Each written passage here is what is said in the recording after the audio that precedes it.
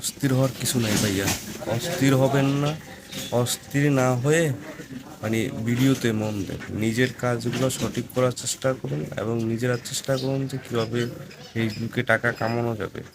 এখন আপনার মনিটাইজেশন পান নাই, আপনার ওয়াচ টাইম ফিল আপ হয় নাই, 5,000 ফলোয়ার হয়েছে কিন্তু ওয়াচ টাইম ফিল আপ হয় নাই। তো আপনার চেষ্টা করেন যে কীভাবে ভালো ভিডিও দিয়ে আপনার ওয়াচ টাইমটা ফিল আপ করা যাবে। আপনি রিলস ভিডিওগুলো আপলোড দেন, ওয়াচ টাইমগুলো ফিল আপ হয়ে যাক, তারপরে গিয়ে কাজ করবেন।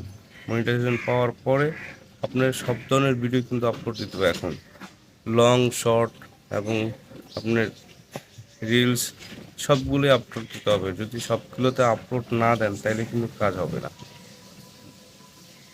মনিটাইজেশন পাওয়ার আগ পর্যন্ত আপনার চেষ্টা চালিয়ে যেতে হবে, কিন্তু আপনার থামা যাবে না। আর এখন অস্থির বা এখন বা ছেড়ে দিব কাজ এইভাবে তো করলে তো আপনার ফেসবুকে সফলতা অর্জন করতে হলে আপনার ধৈর্য